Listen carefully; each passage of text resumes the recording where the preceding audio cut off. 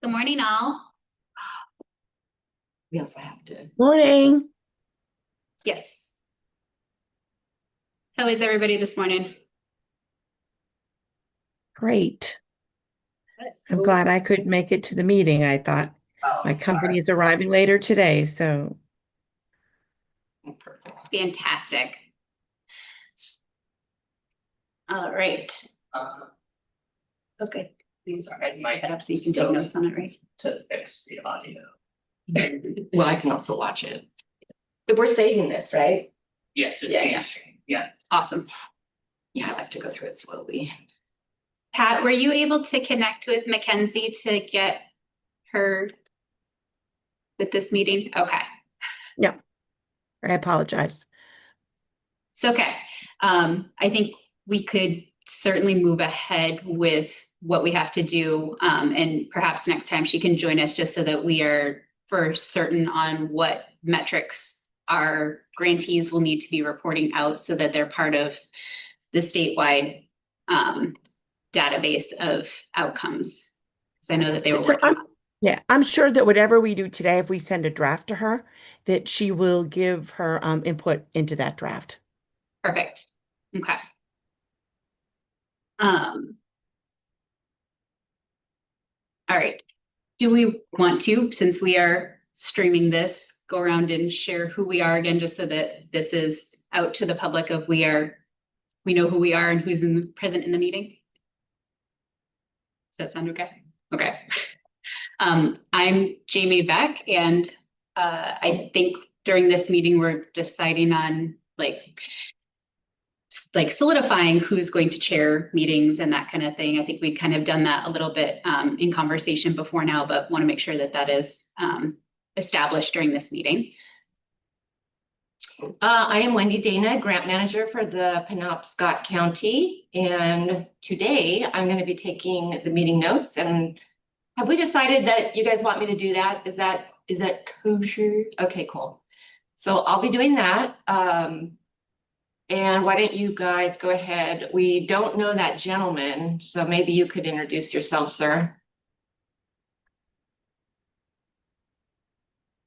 Sheriff, hello. Oh, I didn't know you were talking to me. Sheriff Troy Morton. I do want to make a statement at some point before the meeting gets started. So I'll let you do the rest of the introductions, and I'm happy to share a statement. Ms. Dana, I'm going to send it to you in writing so it's not misworded, or committee members or whoever decide to change my words. I'll send you a written documentation of that. Appreciate it. Thank you. Angela, would you like to introduce yourself? Hi, I'm Angela Walker. Great.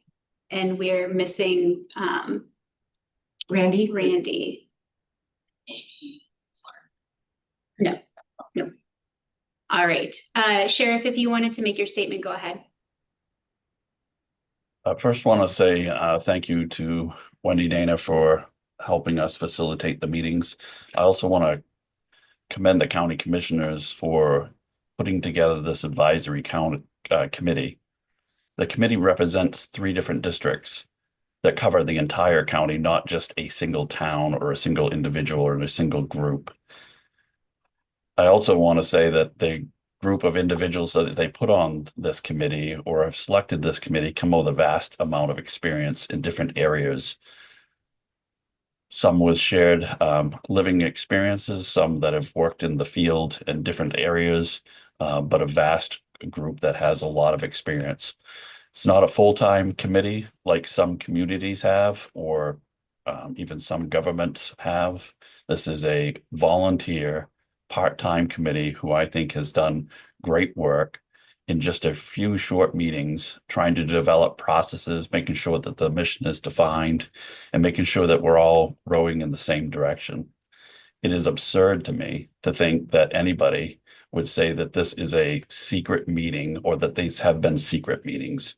It's disappointing to me that folks would spend more time discussing things like that than the true problem that's truly happening in our communities every day. It's very disappointing. It's also concerning that folks would call out committee members about secret meetings and not even have a discussion with us. So I certainly hope that the committee stays as a team, works forward, and knows that there's a better cause for the mission and what the funds could actually have greater impact and stop with some of the negativity. Thank you. Thank you, Sheriff. That's an appreciated statement.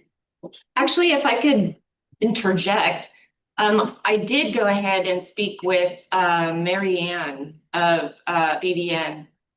And I made sure she knew that it was pretty dejecting for us that they made that claim when I wasn't spoken to. As far as I know, none of us were spoken to.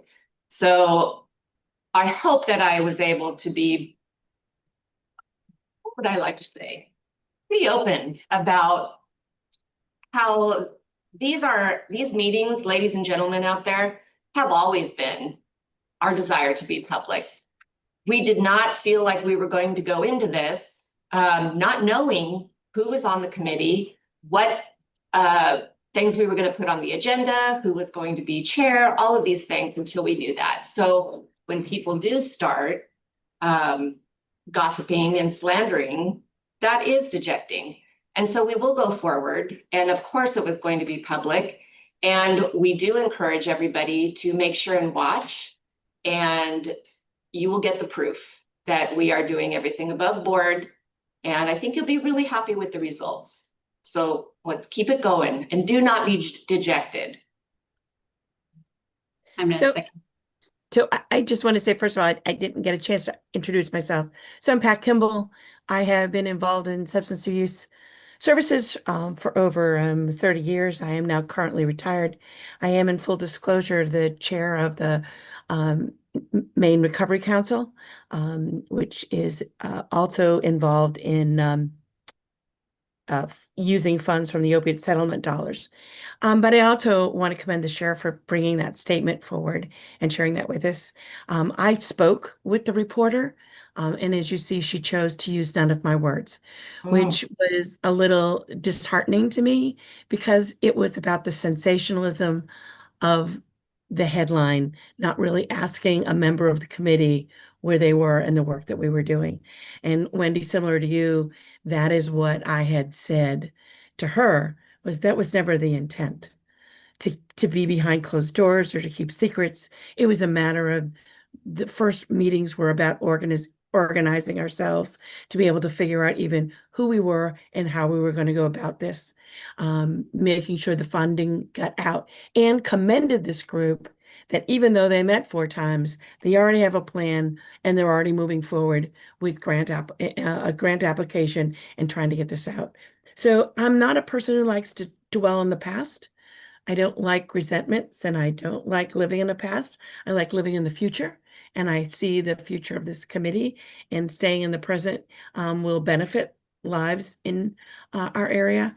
But thank you, Sheriff, for bringing that to our attention. And again, in only the 4 meetings I've met with all of you, it has been a pleasure. Thank you. Thank you. We've had another committee member join us. Oh, yeah, I apologize for my tardiness. So I'm Randy Jackson. I've had 40 years in the medical field as a PA, taking care of some of these people that we are trying to help now. I started a recovery home for women in Millinocket nonprofit with a partner. So I'm deeply involved in the recovery community, being a part of it now for many years.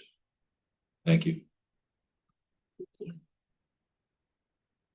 Okay, if everyone is okay to move to our next item on the agenda, we were going to finalize the application for the commissioners to review and approve.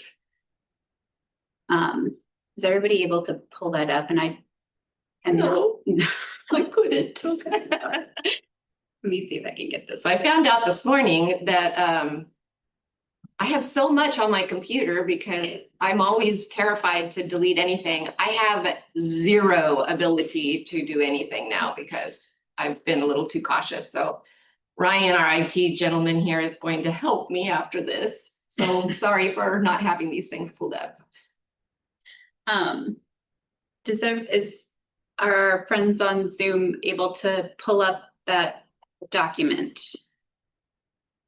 I don't know if I need to, Ryan, get into the Zoom too to be able to share, if that makes sense, or?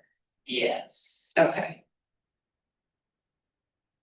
Oh, please.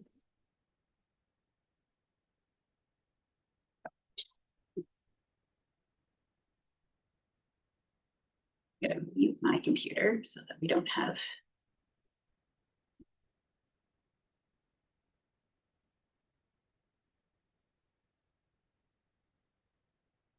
Did everyone enjoy the torrential rain last night? Yeah. Yesterday?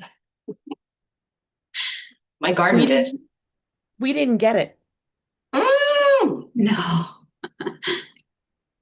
I live up at the lake up near Dover Foxcroft in the summer. We didn't get it. Wow. Yeah. I should Thanks. keep it, Join as a panelist. on this panel. Perfect. All right, and then I should be able to share. This one. Yes. Sure. Okay. I will close the Zoom thing. And I will go over to the grant application. There we go. All right, is everybody able to see that? Okay, cool. So we've kind of gone through this last time and zhuzhed it up a little bit. We decided that so that we're falling within the bounds of organizations not needing to sign up for sam.gov to receive funds, that we were going to cap it just like the county had for ARPA funds at $499,999 instead of the $50,000. And we were deciding that the due date for the applications was November 15th. This amount, the 1.2 million, I think is up for the commissioners to decide, but if it's okay with everybody, I'd like to keep it with that, and then they can tell us to reduce if need be. Does that sound okay? Okay. And then performance 1 year from award with our tiers that we'd set up last time. That we had eligible applicants, for-profit and nonprofit, but preference will be for nonprofit organizations. And then Wendy was going to work on if we needed to have a piece in here about our subdivision, about our committee, about the county, just a kind of description around this. I don't know if we need to have that. How do people feel one way or another? Do we need to have that, or do we want to take that piece out?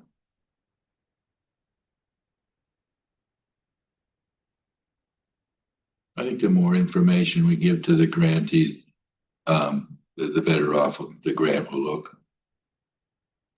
Okay. I agree. I think there's needs to be something, an overview of this request. Yeah. Okay, hold on. Overview of what the, I don't know, at that point I was asking Jamie, what is it you really want me to write? Because is it you want me to write about the commissioner's role in distributing the funding, or just a little blurb on how we received the funding? What are we wanting?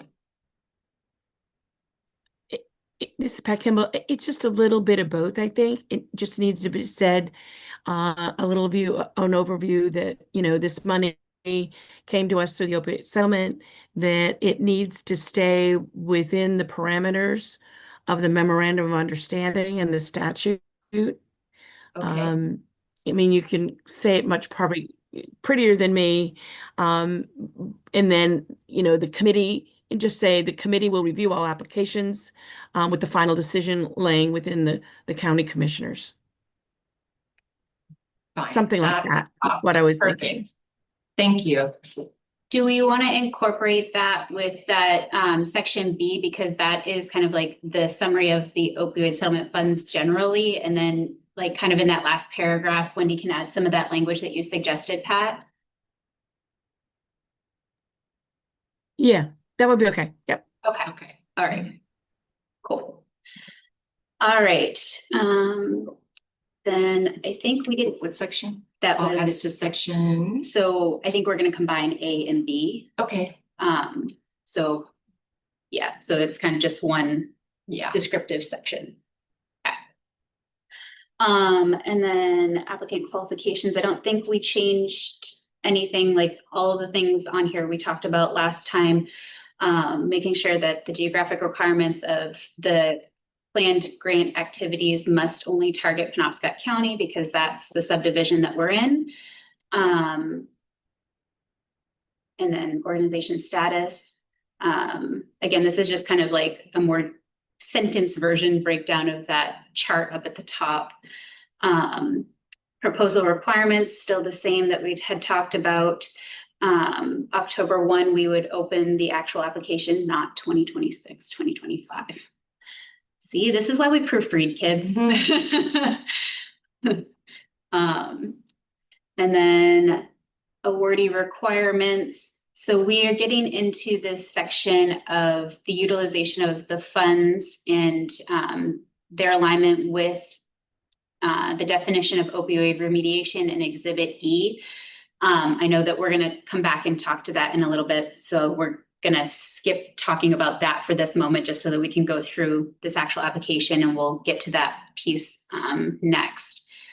And then the performance monitoring. So yeah, I think that this is the part where Mackenzie's input would be really helpful to know, particularly with the new LD that has kind of more solidified the reporting requirements to the state. That'll kind of dictate how we need grantees to report to us so that we can report to the state how we're doing this. So yeah, Mackenzie's input will definitely be needed around that. And then Wendy and I had kind of looked through this to bring back to the committee this time around the reporting timeframes. The original, I think, what was it, every 4 months? Was it quarterly or something like that? And we seemed like that was a little superfluous. Semi-annually seems like a sufficient amount, particularly with the amount of money that people are going to be getting right now.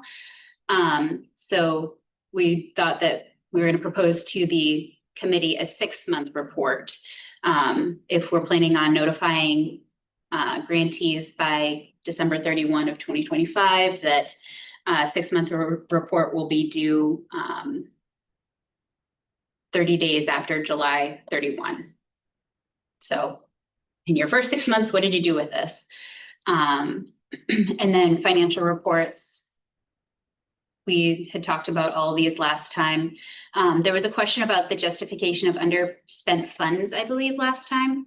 And if we want to have a conversation around that again, we can.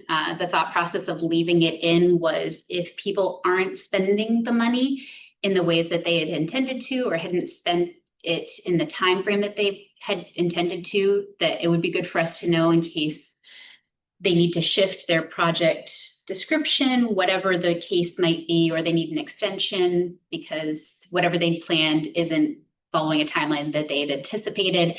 I think that's a good idea to keep in there, but I want to open that up if anybody has any other questions or comments about it.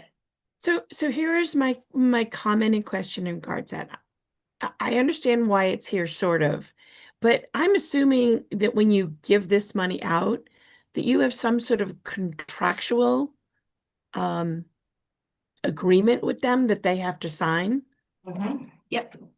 So wouldn't that belong there versus in the description for the RFP?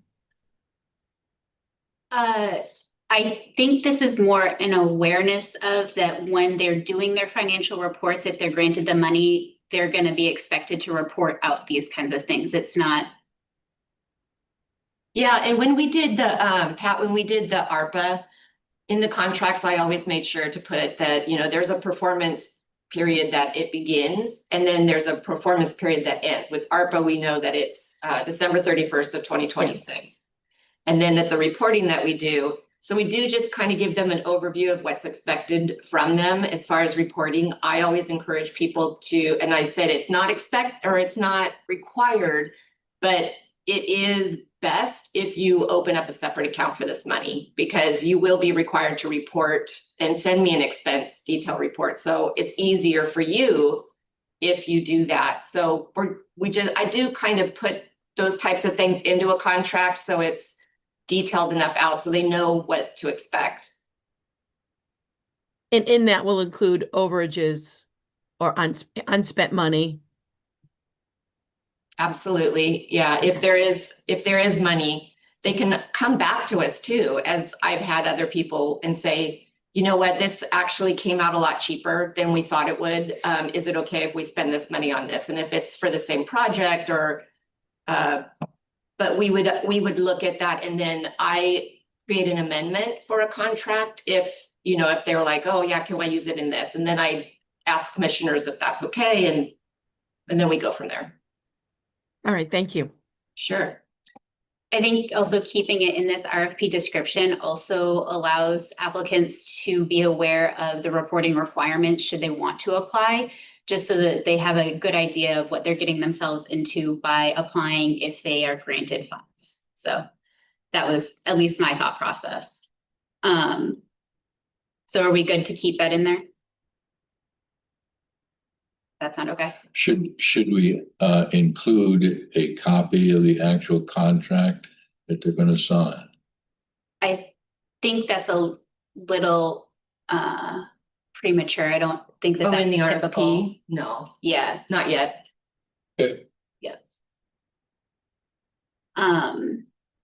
Okay, and then the annual report. So then what did you do in the year that the money was awarded in your performance period? Okay, so we do have now on here, and thank you to Ryan, if it was you, to create us our webpage on the commissioner's website. Brandon, okay, well, thank you, Brandon. So we do have the website, and I'm assuming that that is where the application will be posted. I just kind of threw in here a time on that November 15th. Does anybody have a better suggestion about when this might be due, or is 8 p.m. on November 15th acceptable? Anybody have any opinions one way or the other? We're gonna post it in October. Yes, October 1, it'll be posted. Okay. My only thought is we have no idea how many applications we'll get. And does that give us enough time to score everything that we'll get? And also, are these timely with the commissioners' meetings? Because this can't go public for an application until the commissioners review. But we can always change them. Again, I'm looking at their schedule.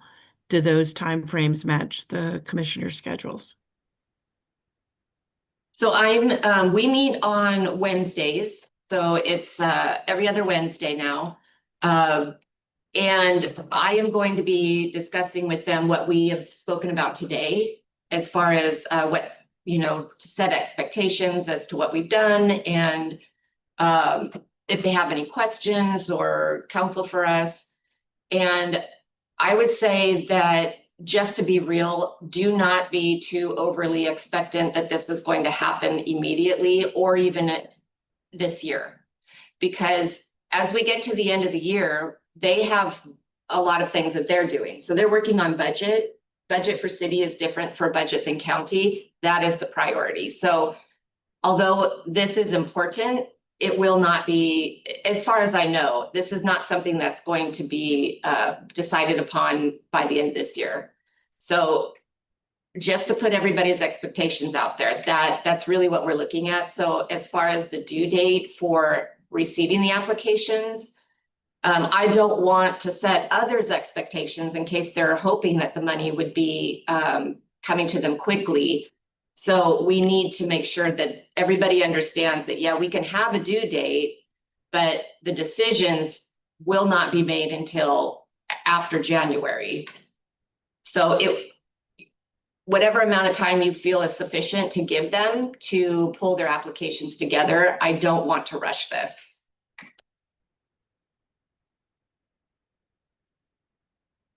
Okay.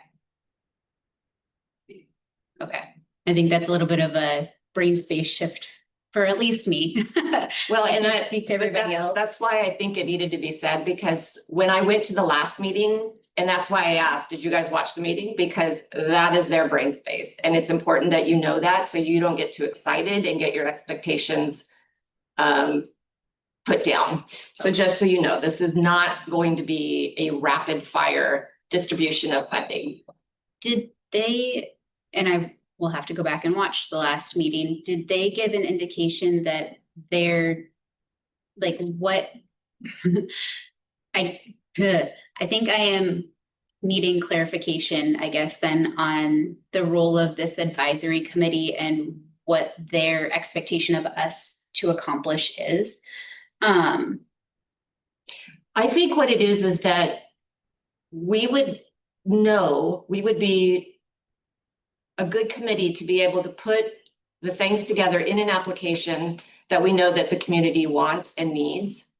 And we have time to do that. I mean, I know that in essence, we really don't have time, but yes, we're making time to do this. But as you know, the money, it's by their approval. So Sure.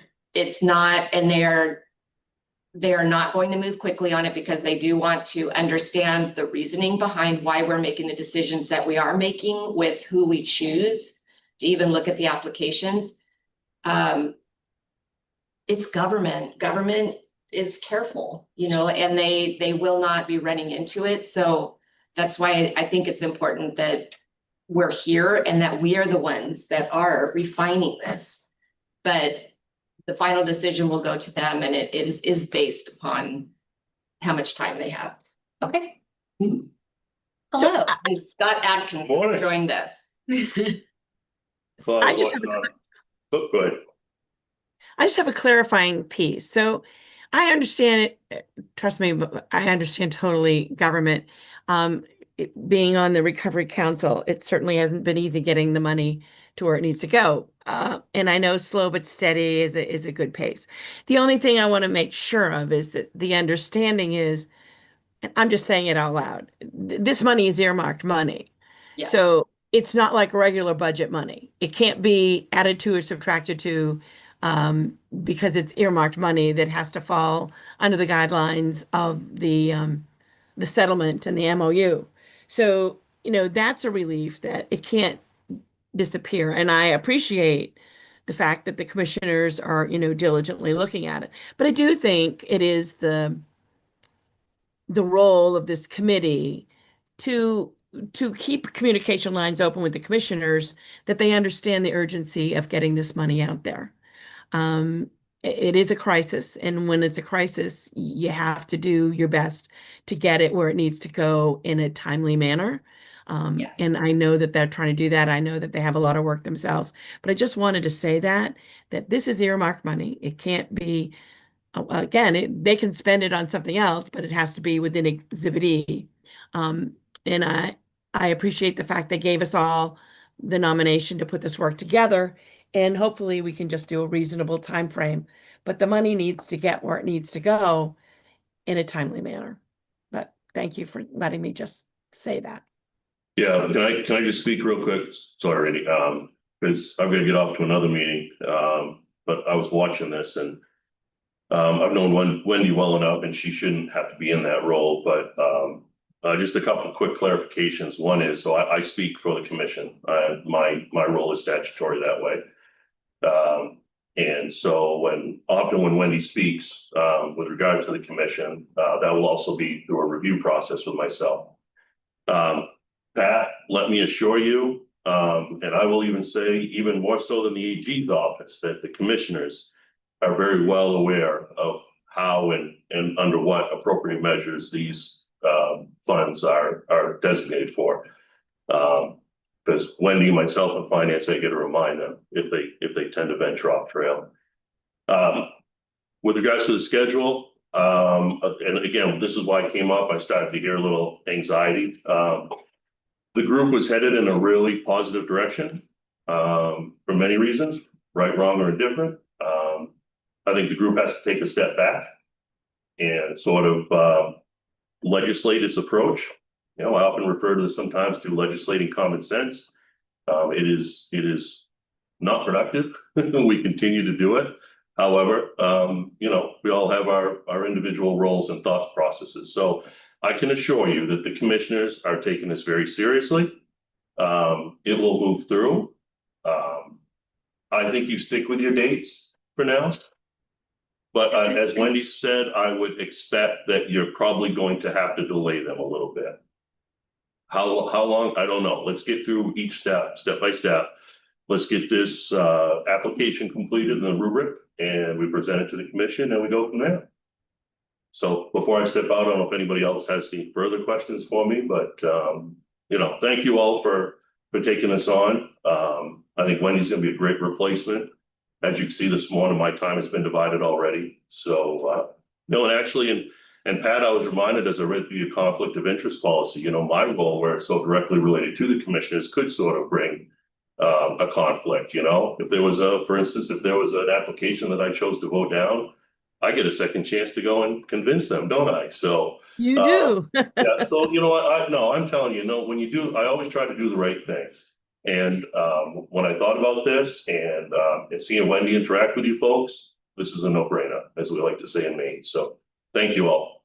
Thank you. We good? I had a quick question Yeah. before you head out. Sorry.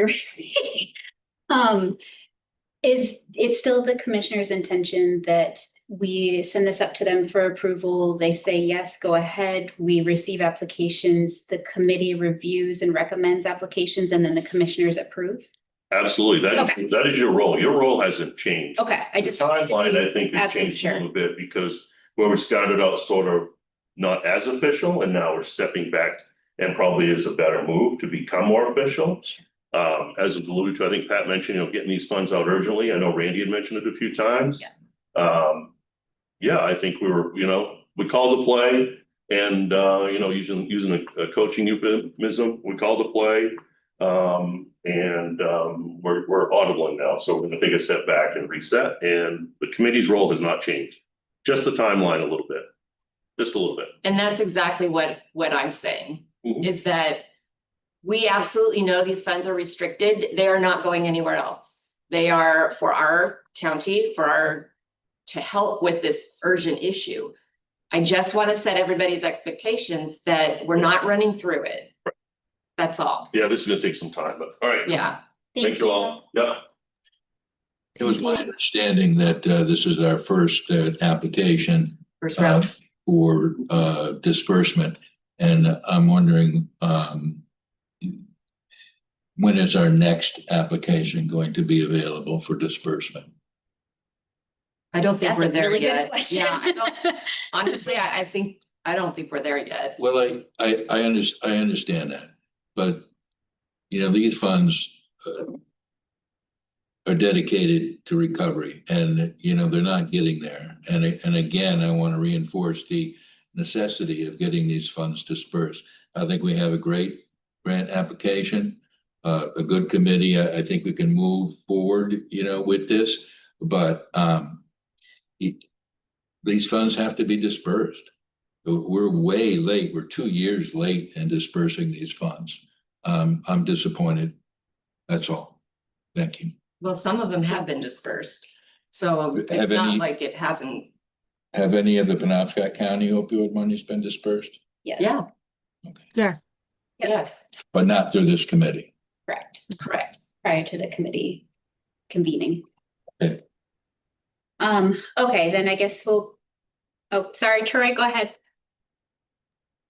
I want to echo a little bit of what Randy says. I think that we're on a good path, and I heard clearly what Administrator Atkins said, which makes perfect sense in a reset. But I kind of feel like we've been stumbling on this application for so long. We can keep, you know, pounding away at it, but at the end, if we're going to make adjustments to a second round or something like that, we could always make adjustments to our applications as needed.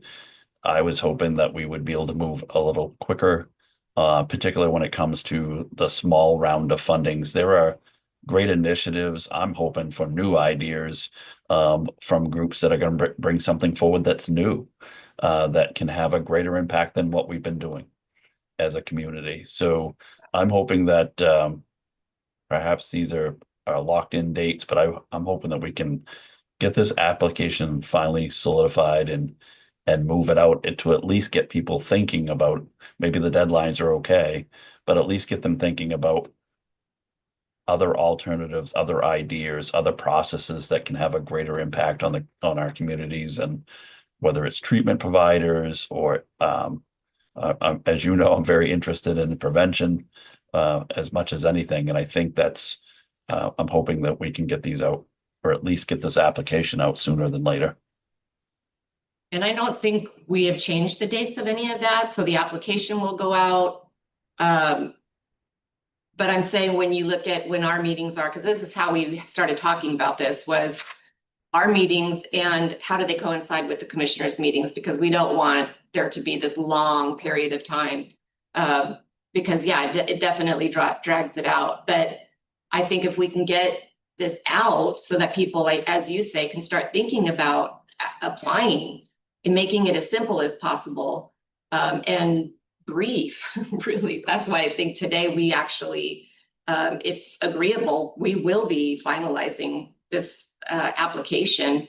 Then we get it out. What I'm just saying is, as far as when the money goes out, it's not going to be this rapid turnaround. We want to make the right decisions and we want to think about it. Okay, that's all I'm saying. In the essence of wanting to go ahead and push through this application just so that we can this is the draft that we're going to send to the commissioners. Is it all right if we kind of move through this next section, which is the scoring process? So this plays into what we would be looking at for our scoring rubric. And this is all straight from the template that we received from the Moss Center that other subcommittees, sorry, Randy, if you can't see that. Other, not subcommittees, what is it? Subdivisions, there we go. That other subword. Other subdivisions have used this as well. That there's like a 1 through 5, 5 being the potential maximum amount of points you can receive for each one of these sections. And again, yeah, I just highlighted that Exhibit E for us to go back and talk about. But all of these things seemed to be apt and pertinent to what we would want to know as we go through the process of scoring these applications. I know that we had talked about if there were any other extenuating factors that we might want to consider, and I don't know that we had verbalized them yet. If I'm going to open it up to if anybody else had any other factors that we should be putting on the scoring rubric so that it's comprehensive, that we're using the same criteria to score every single application, that there aren't, like, we know that something about an organization that might not have come into play during that scoring rubric that we would want to know about all organizations applying for this funding. Hopefully that word salad made sense to some of you.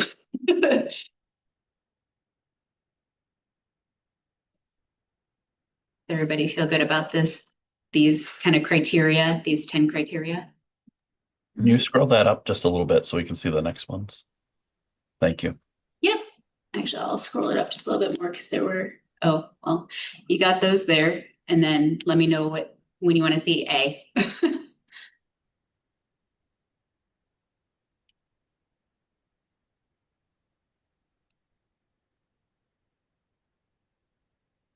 I'm good, thank you.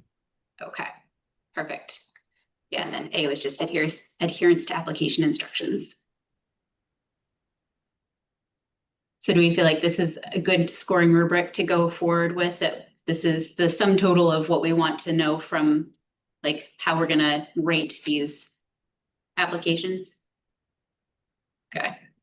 Can I get like a thumbs up or a yes or no? Because this is one of our agenda items. I'm writing it Yes. down. Cool.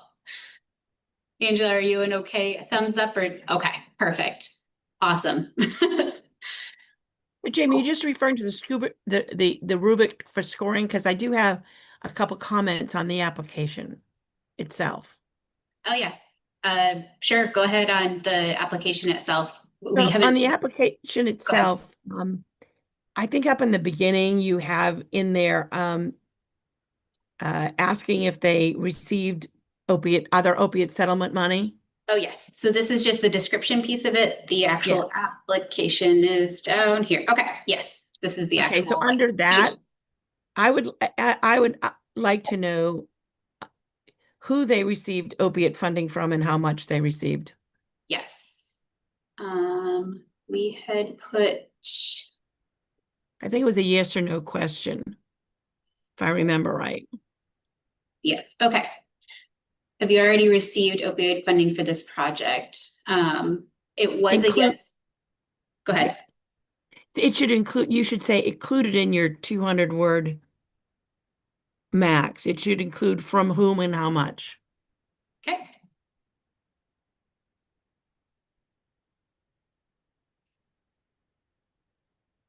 Do we also want to know the project that they asked for funding for? Yeah. Because if they're asking for a different project, that'd be helpful to know, or if they're asking for Yeah. more money for the same project. Yeah, that I was just thinking the same thing. Yes, that should be included in there too.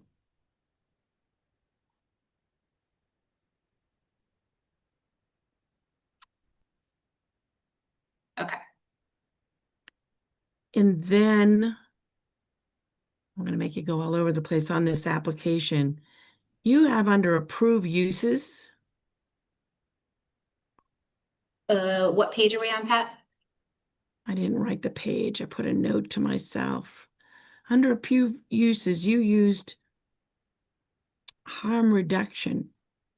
Approved. Well, never mind. If I find it, I'll let you know. Okay. There's something in there that it made it look like that we were only looking for organizations with harm reduction versus, see, here's the one that says the pillars, but there's somewhere else that we refer to, and it's just sort of looks like we're only looking at harm reduction programs, and that's not what we're looking for. We're looking for everything, all the pillars. But if I find it, I'll let you know. Thank you. Was it maybe like, we could change the wording of this, but for the Oh, project. there it is. There it is. Yeah. How this proposal will address harms associated with the opioid crisis. Yeah, it sort of looked like when you use the word harm, it sort of looked like we're only looking for harm reduction programs, and we're looking for all the pillars. Yeah, I'm hoping that the rest of the application, both the description and the actual application, people understand that. We could look at maybe changing that word out for a different one.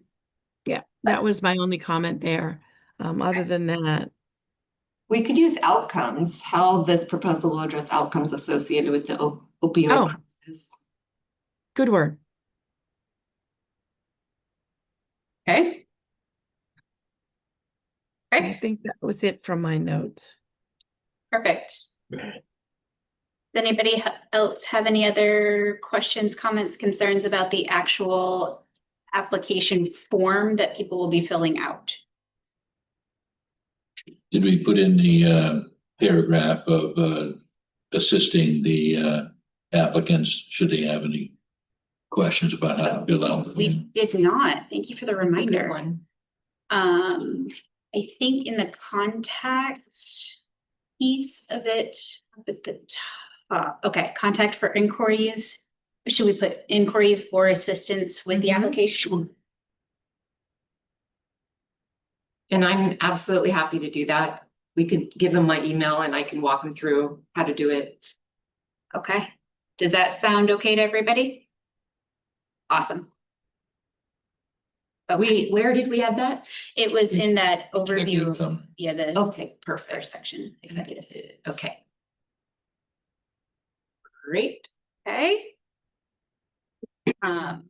All right, so with that being said, do we want to shift over to looking at, well, let's look at the agenda first, but I'm pretty sure we were gonna talk about the exhibit E, yeah.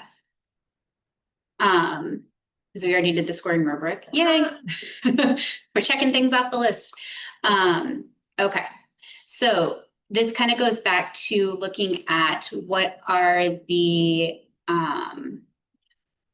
commissioners' priorities, as well as what we've kind of seen come through with the results of the 3 different needs assessments that have been done in the state in the last 4 years or so, as well as like the Penobscot County local listening session outcomes. And I know, Pat, that you'd mentioned that we want to kind of keep it open to all of the Exhibit E. My concern is that not all of Exhibit E is super applicable to what the strongest, most pertinent and urgent needs are in the county. And I totally understand wanting to not limit like what kinds of projects, but I also think that to make the best use of this process and not have a bajillion different applications coming in for very valid uses, but maybe not the most urgent needs, that we kind of narrow in on a few areas across pillars. So we're not eliminating any pillar, but we're just kind of saying, you know, maybe funding a media campaign for prevention might not be the highest priority, where we might want to maybe put a little bit more thought and look into treatment facilities, something like that. So it's more of a prioritization that we want to make sure will align with what the commissioners are also wanting to fund, because I'm not sure that they're wanting to fund all of the things that are available on Exhibit E. I can tell you, my first look at this was that this was short-sighted and too focused. That when you look at what we crossed out, it set me back. It looked very focused on one pillar, which was harm reduction, which is fine, but didn't really leave a big leeway for treatment, prevention, or special populations, particularly women programs. I mean, in Bangor alone, if I just look at Bangor alone has 2 women and children's programs, and they very well could use some funds to be able to enhance the programs they have. What you've crossed out in this, just, it was concerning to me. It just looked like it was too narrow for me. I guess that's the shortened thing of it, that it wasn't really giving an opportunity for a promising practice, or I don't know, it just looked too narrow to me. And again, I'm one person, so.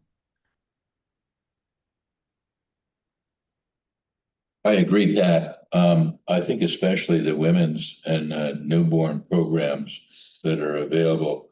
I know I'm going to take a personal example, but our recovery home has a program for women who are pregnant, and we have children that can visit.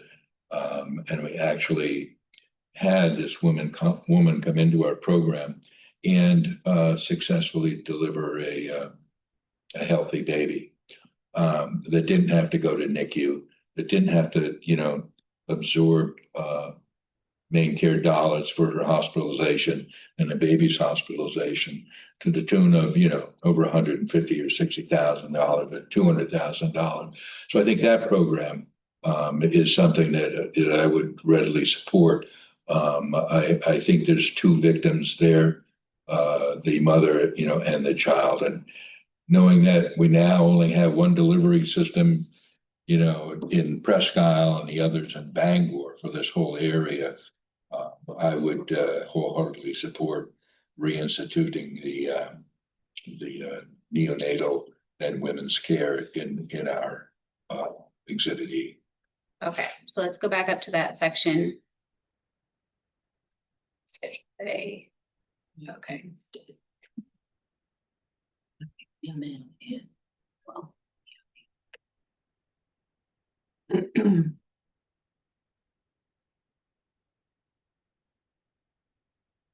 Okay, so that is no longer strike through. Is this another section that provide education to school-based and youth-focused programs that discourage or prevent misuse, provide MAT education and awareness training to healthcare providers, EMTs, law enforcement, other first responders? Yeah, I don't know why we're canceling that stuff out. It doesn't make any sense to me. Any of the prevention stuff makes no sense to me. I think we should leave this open. Let people bring forward ideas, and I'm not sure we should be the group that's determining what is the new best idea.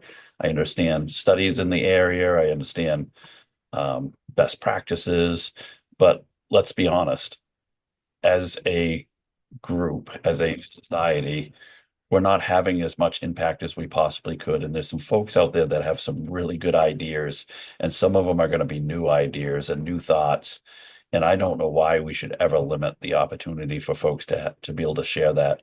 If it's 5 more applications that we have to go through and 10 more, so be it. Let's give people an opportunity. We should be able to tackle this from all of those pillars, and by eliminating things, I think we're taking some of the most vital parts of this out. It's just my opinion. And if we're only doing it because we're worried about seeing more applications, I don't know that's the right stance. And I think I'd feel differently if the commissioners or this group had defined a focus, but we never did a real assessment as a group deciding this is where we want our money to go. This is what we want to see. We never spent the time to do that. If you want to spend the time to do an assessment, to have, to look at really where the gaps are and all of that in our area, I could then look at maybe eliminating some of the things and narrow focusing the grant. But we haven't done that. And all of the things in this section are legitimate expenses under the lawsuit. So at this point, I agree with the sheriff. I just say it has to be within this format.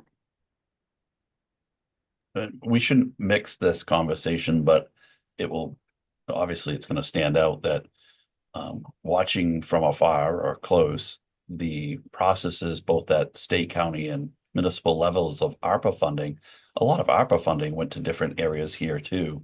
So while I don't think that has to be a factor in the application process, I think we should be mindful of that as well. So I'd hate to see us cut back on somebody's thought processes that might have the greatest impact. And let's remember, the greatest impact to the city of Bangor is going to be far different than it is in Burlington or Corinth or Exeter. We have to be mindful that not all of the service centers are out in those rural areas, and that if some of these funds are a program that we're cutting, that's even smaller amounts of money can make a big difference in a more rural area. So again, it looks like you've already taken it out there, so I support that. I agree, Troy. I think there's a great need for all of these programs. And I think, this is not an exact science, and, maybe we're not going to get it 100% right the first time, but we have plenty of time over the next 18 years to figure out the best application and the best uses and the best ways to spend this money. We've just got to get moving forward and do the best job that we can. And I think we're going to make mistakes. I think some programs are not going to get rewarded initially, but we've got some time to learn on this. So that would be my comment.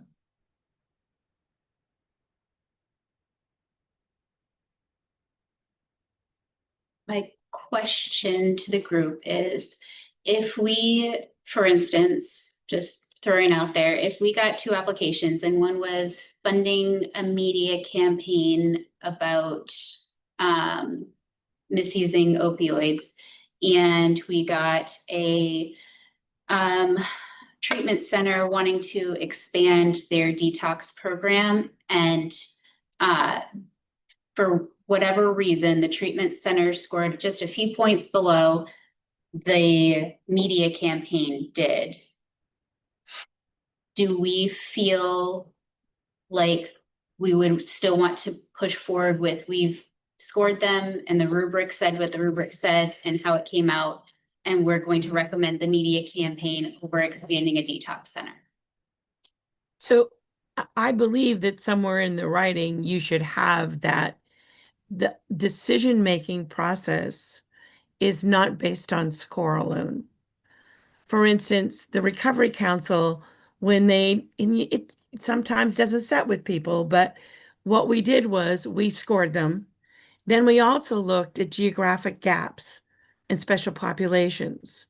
And so sometimes there was a decision made in regards to, was there enough services in Washington County versus Penobscot County? And so somewhere in there, Wendy may have the wording that you can word in there that you don't necessarily have to take the top scores. There are other factors in doing that. Duplication of services. If you get, the top 5 scores are all in prevention and none of the other pillars are looked at, we have the right to sort of look at that. Again, that's the tricky part about scoring it. In the hard part about scoring and awarding grants is, I'm going to say this nicely and it sounds cruel, but there will be winners and losers. And some of those losers, which is a horrible word, but some of them will be really good programs. But decisions had to be made as to they presented a very good program. And again, and then there's the fact, like even your example that you use, prevention versus detox.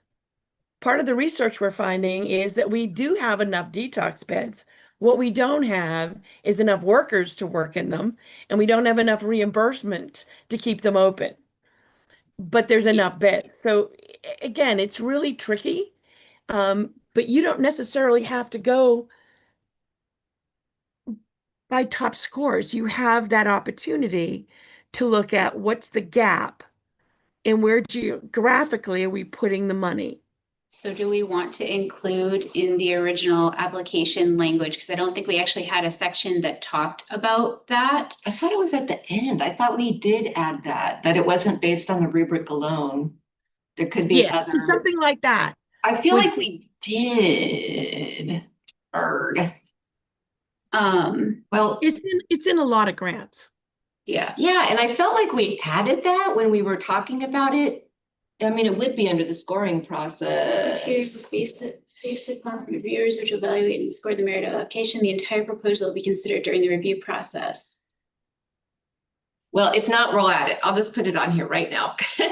Well, so it might be something that we can expand when it says the highest ranked applications receive consideration for award within available funding ranges.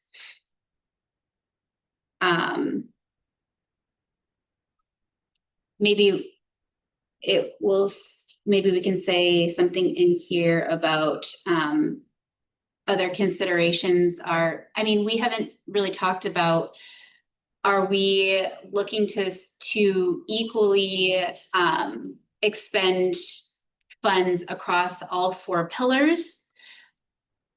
Or is it kind of a wait and see what we get for applications? I think the geographic thing is definitely something we can easily put in here. Yeah, because that's a point too. I mean, Bangor obviously has way more services, but Bangor City also is here. So they received separate funding. And I don't want people in the, more rural areas to worry that they're small and they won't be considered or, any of that, because that's certainly not true. And I want them to apply.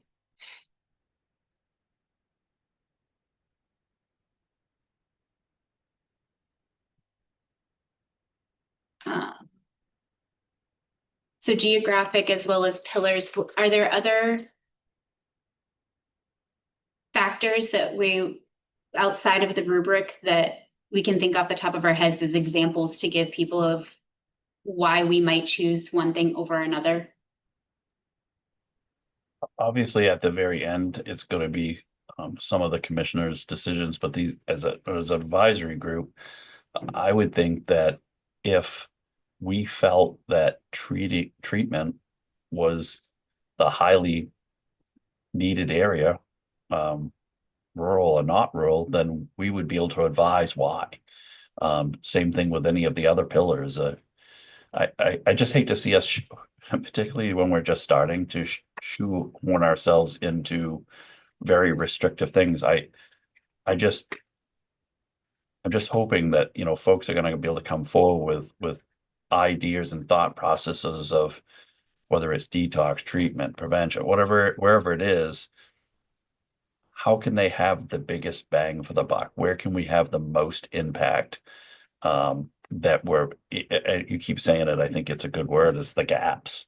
Some of the stuff is pretty straightforward, right? There's insurance, there's this, there's that, there's other funding mechanisms that are helping certain areas. But there's some places that keep getting lost in the gaps, and I'm hoping that this helps fill some of those gaps. Perhaps that will have a greater impact on the challenges that we're all facing. I just hope we just don't shoehorn ourselves into an area that prohibits somebody from taking a step to apply or making this too difficult. There's some great groups out there. We all see them, we all hear from them. And here's a chance to maybe give them a helping hand to get started. Or I found that a lot too, is people just kind of sometimes get in this like unfortunate little niche that they can't get grants anywhere. It's like, oh, you're too big, you're too small. Like they're in this little spot, and we're trying to find that little spot that we can help those that can't get funding. Yeah. In addition to everything else. Does that sentence that I just drafted while we were talking look okay to everybody? It says extra considerations for selected applicants include, but are not limited to, geographic program / project needs and available resources, funding or resources needed for the recovery pillar, opioid remediation gaps in the community, etc. Does that sound, does that kind of cover what the extra considerations that we would be looking at? Okay. I don't want to muddy the waters and bring something in from the aside, but I will. It might be nice at some point in the future to list all the main programs that do offer funding for drug issues and problems. I know writing grants for our recovery home. There are many, many, many private grants, foundations, and organizations in the state of Maine that provide funding for the drug rehab and these sorts of problems. So the problem that I see is the grassroots community not having access, to these features, to the knowledge of where to go. So, maybe in the future, we can do a resource application and make that available for these people who struggle with monies. Thanks, that's all. Remind me of that point in a minute. Yeah. All right. Did we cover what we intended on covering other than Wendy putting in that little blurb in that first section about our committee and the Penobscot County's role in the funds that we're dispersing? Does everybody feel okay about where we're at with this draft so that we can send it up to the commissioners? Thumbs up, yay. Okay, cool, thank you. Okay, Hold on. Bring it up to commissioners, and that's going to be this Wednesday. which I think is why we tried to be a little bit more timely about when our meetings are, so that we're kind of keeping pace with when the commissioners are meeting. Perfect. Okay. Perfection. Jamie, can you send that out to all of us when you're done? Because the one I'm looking at in my file looks really old compared to this one. Sure, yes, I will. Okay. As we were talking about that, I'm also reminded that I did attend the Bangor opioid committee this past week. And they were very interested in our process and also wanting to collaborate with us on potentially looking at, as both entities start getting applications in, to just kind of look at who's applying to each entity, for what can we, make sure that we're dispersing monies in a way that is going to benefit the most amount of the community, knowing we're both two different entities, but really co-located. And if there are ways that we can, take halvesies on applications or what have you, or if there's a better way that we can, support the greater programs and that kind of thing. So they're interested in meeting with us again, probably after we start receiving some applications in October, if that's when we end up receiving applications. But I also wanted to throw out there, like what Randy was saying and what Sheriff was saying earlier about looking at kind of, we've got 18 years worth of funding coming in, and how do we look at what comes next? And I've been reading a book about healthy recovery communities. And actually this author is coming to Recovery Palooza next month. But it's Healing a Village, a practical guide to building recovery ready communities. I would love for that to become part of a conversation, because they did it in New Hampshire, and it's about building that coalition that also is that resource database. It is pulling together all those pieces. That is there a way that we as two committees that have funding could support an initiative that brings all of these resources together, that can really actively work together, kind of like BARC does a little bit in bringing those entities together, but this is like an active coalition of like making those connections and things. So I can put that out in our chat for, I don't know if everybody can see that, but we can share that out in the notes too.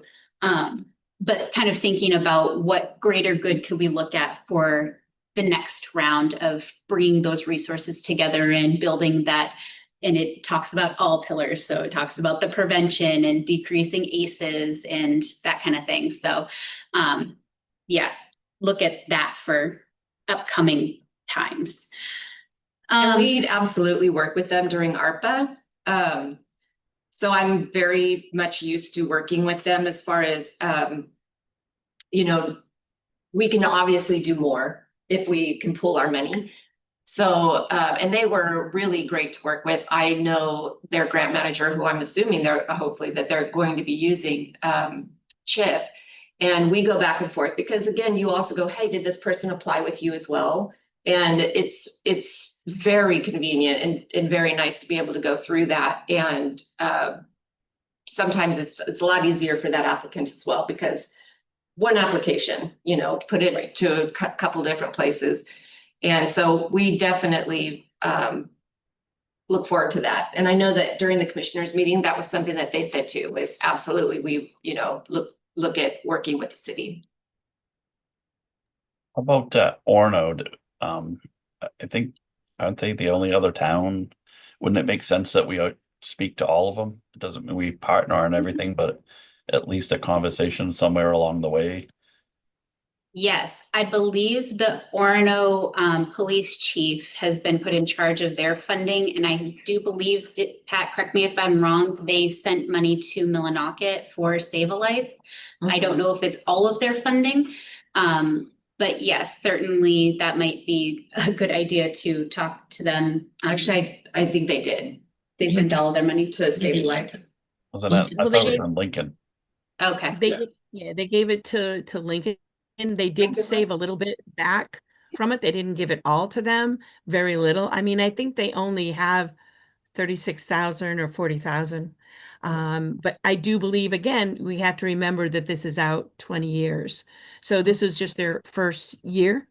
So I think that in the years to come, that anyone in Penobscot County that receives funding, it makes sense that we communicate, that we're not duplicating the work that we do, as well as spreading that money out to as many as we can versus just a selected few, and duplicating it, So I think the more we talk but Sheriff, I think you're right. There's not many in Penobscot County. I know Orono is one of them.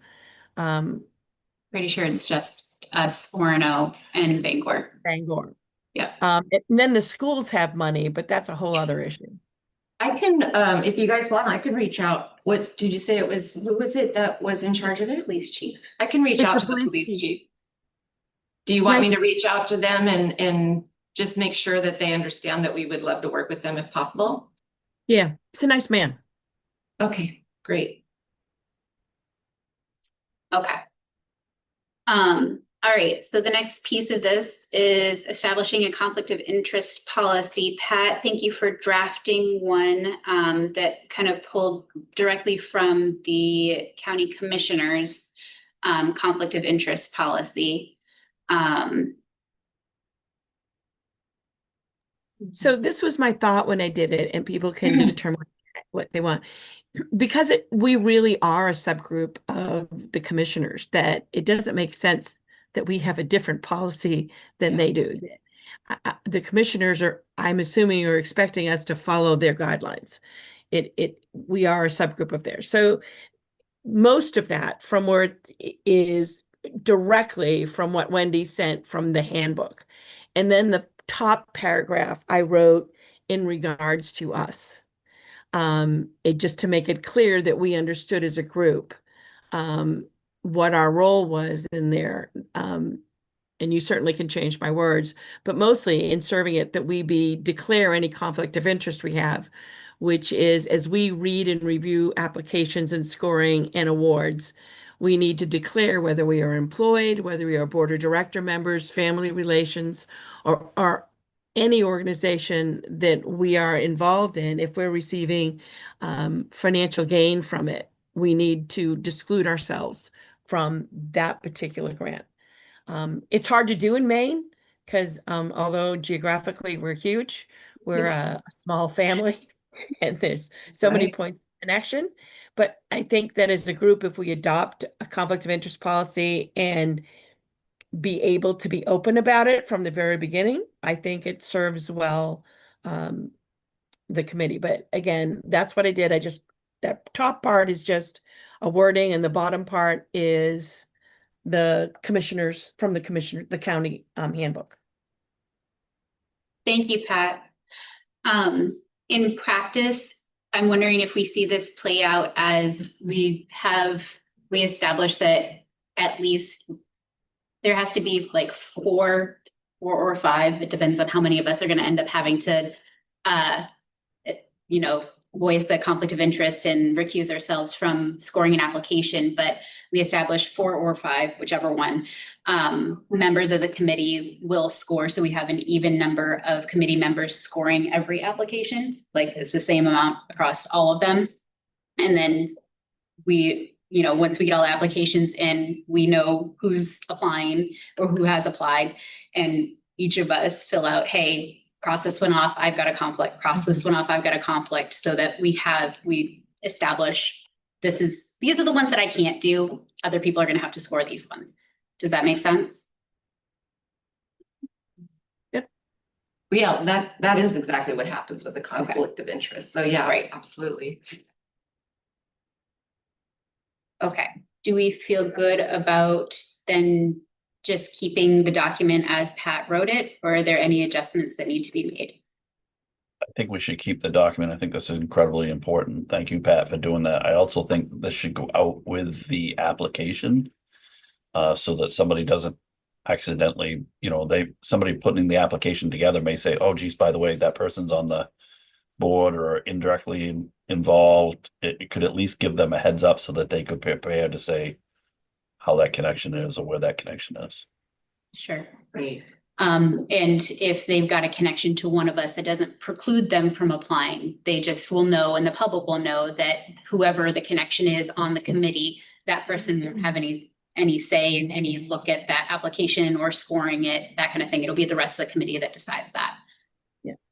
Okay. And I would highly suggest to people as this process plays out, again, Maine's a small town and they know who serves on the committee, that if you get grant questions or asked a question, that we all sort of agree that that goes to Wendy, that it all centralized. You be careful of what you say, because it could sound like somebody that you're promising something. And because all of our emails are usually public, people can find us, and you will get these, hi, I saw you're on the commission and the grant is coming out kind of thing. And we all sort of need to verbally agree that we send all those questions to Wendy, and if she can't answer them, she will bring them to the committee and we'll respond as a committee, but be cautious of giving individual responses. Does it make sense that on our new webpage, some of that information is clearly stated right now before we put the application out, and we put like a link to this document with the conflict of interest so that it's on that webpage right now. People are used to going to that page to find that information. And it has, if you have questions, concerns, comments, please contact Wendy's email address, yada, yada. So that we already have people in the mindset of this is how the process is going to go. Yeah. Awesome. Okay. Perfect. Well, that was easier than the rest of us. All right. All right. Last thing besides setting the date of our next meeting, Wendy, you brought up that we might want to come up with a list of questions for the commissioners to Oh, answer. yes, yes. How quickly can they do this? No, just kidding. Yeah. Can we do this last week? Yeah. Yeah, do you Fire just away, guys.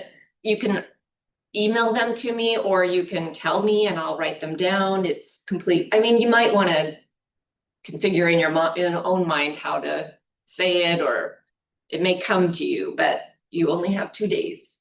Right. Yeah, today and tomorrow. Does anybody have any questions right now they had burning to ask the commissioners? Ready? I think at least one thing is, obviously they're going to look at the application, and just so that we're all on the same page, are they good, obviously, with the application? Are there things that they want us to focus on those extenuating circumstances beyond the rubric? Are we missing anything that they want us to consider? Good.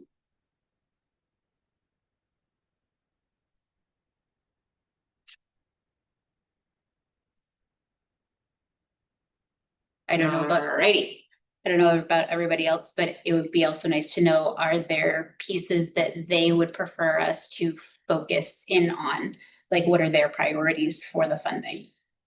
Because obviously they're gonna have to say yes or no to them anyways. So if we're off in left field going, hey, this could be a really great idea, and we present it, but that's not what they wanted, we're gonna have to kind of go back and relook at things. So at I least think a big one is we want to know the amount of the initial release of funding that we, that they're, comfortable with. We need to know how many folks we can help with this first round. We want to know if there's, I think we're comfortable with the amount. I want to put that out to them and see if, because that sounds great to me, the amount for, especially for first round. Right.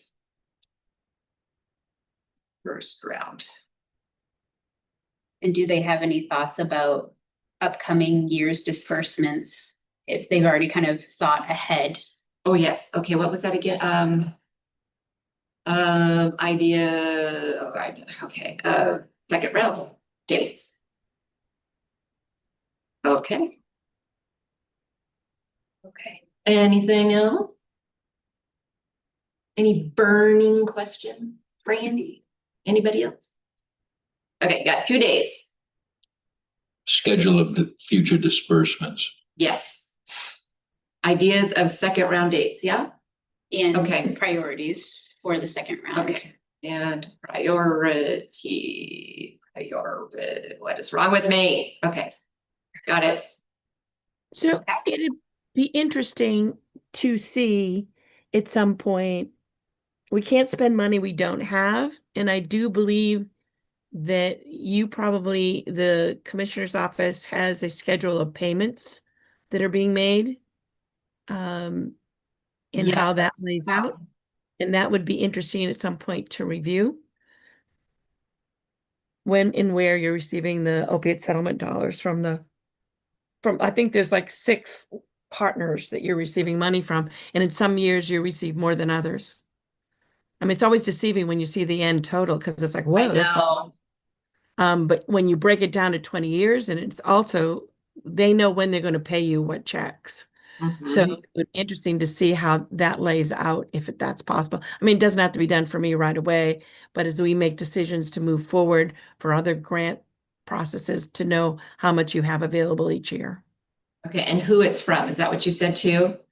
Well, it doesn't need So, to be who it's from, but again, okay. how much money it is. Okay, so can we get the info on the amounts coming in and Yeah, when it comes in? Yeah. Part B to that is the interest money that's being earned on this, whether or not they have preferences for how that's spent. Is that included in the same process? Do they have that thought of to use for something else? I'm assuming we still, I don't know, Pat, do you have an idea about is that in the MOU? I haven't read that piece of it in the MOU, if that is a requirement that any interest earned on that funding also needs to go. It should. I just don't know if that, like ARPA money, that wasn't part of the. I believe that it interest money from the opiate settlement dollars has to remain within the agreed thing. I do not believe it can go into general fund. I don't believe it can go into rainy day fund. It shouldn't, but I wanted to make sure I that. believe it's I'm in the gonna- settlement that it I'll has to check on it. stay. Yeah, it has to I'm gonna stay. check on that, yeah, okay, just so we know, okay, perfect. As we're deciding on the date of our next meeting, would you also mind bringing an updated amount of money that we've received, including the interest?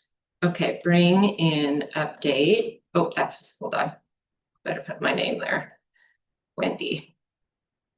Okay, bring in update of funds thus far received.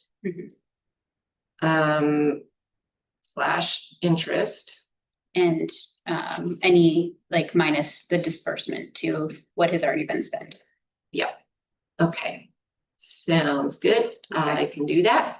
Perfect. All right, so without further ado, if anybody else has any other pressing things. Oh, sorry, Sheriff, go ahead. I don't think we've officially selected a chair. Oh, And yeah. Oh, my word, yeah. I would like to nominate Wendy Daner as our chair, as a Oh, no. No. non-voting member as our chair. We need individual who's obviously just going to guide the committee's work, take care of its agendas, bring forward the documentation. And to me, that makes perfect sense. And I think if we add the caveat that it's a non-voting member, there'd be no conflict. It's simply to guide the committee's work. I believe am I a non-voting member? I don't think did we discuss I that? don't know that we just established that. Was have not Commissioner established. Atkins non-voting? No, I think, yeah, let's talk about that. That is an important point. That she's a voting member now, she's taking his place. Yeah, I thought I was a voting member, so yeah. I'll be honest, Sheriff, that is lovely of you to say, but I honestly don't want to be the chair of this. I just don't know that I would be able to devote the time that it would need. And yeah, I'm just being honest. I don't think I have time to be the chair, because I just feel like that's a huge responsibility. Anyone else? Well, sure. I'd like to nominate Jamie. I think she's done a wonderful job on the committee so far. I think, we should appoint a chair now if things in the future need to change. we as voting members can do that, but I think it's imperative that we do establish a chairman today. And then I think that Wendy has committed to doing the notes and the minute meetings. Yes. And I think that Wendy and Jamie have proven that they have worked together very well. So that's my nomination of Jamie to be the committee chair and Wendy to be the scribe. Thank you. I'm a scribe. Stenographer. Wait, that's old. That's okay. Hmm. Does Any anyone seconds want to on that? second that? I'll second that. Thank you, Pat. Everybody? Any discussion? Okay, so Jamie for chair, seconded by Pat. I think that's a great idea. Okay, chair, second by Pat. Thank you, Sheriff. I hope I didn't let you down.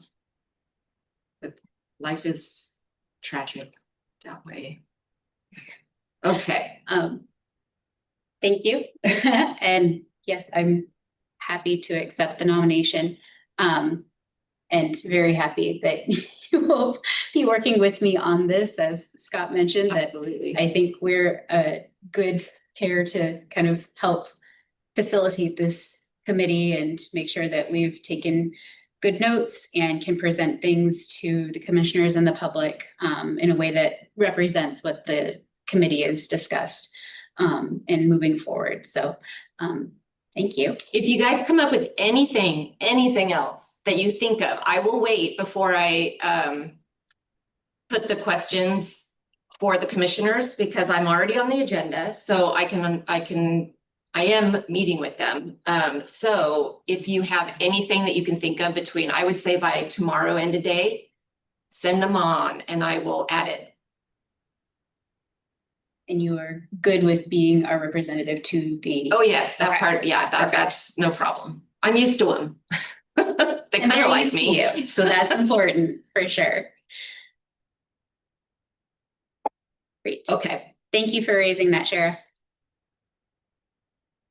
I'm assuming that the next meeting is September 8th.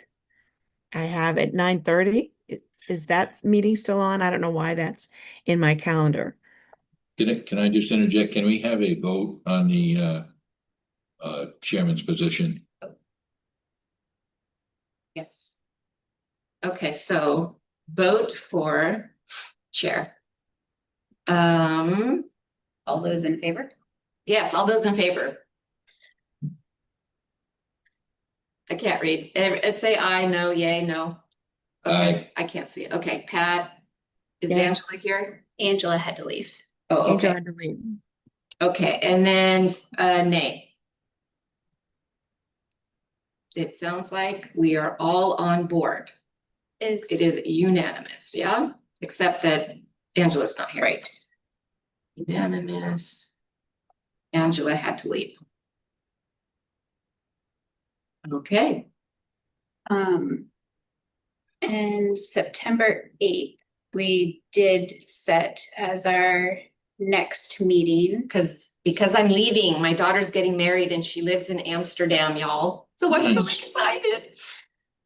So yes, and also because we were hopeful to be able to do a webinar of like, this is what the application will entail, Yes. etc. Which hopefully we will be able to get that feedback from the commissioners so that that webinar can be scheduled hopefully Maybe we should add that week. to our questions for them. Yes, I'm gonna add that. Webinar webinar, hopefully, creation. Okay. okay. Is everybody still good with the 8 at, I'm good. okay. I'm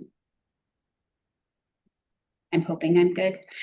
I have to schedule my students because they're headed back to school, and I will email out if that ends up being a conflict. Okay. but we will establish that for now. Oops. Okay. Are we over and out? All right, for the good of the order, we are dismissed, I think. 10:30. Thank you all. Thank you all very much. Have a good day. Yes, Thank you all. bye-bye. Thank you. Bye.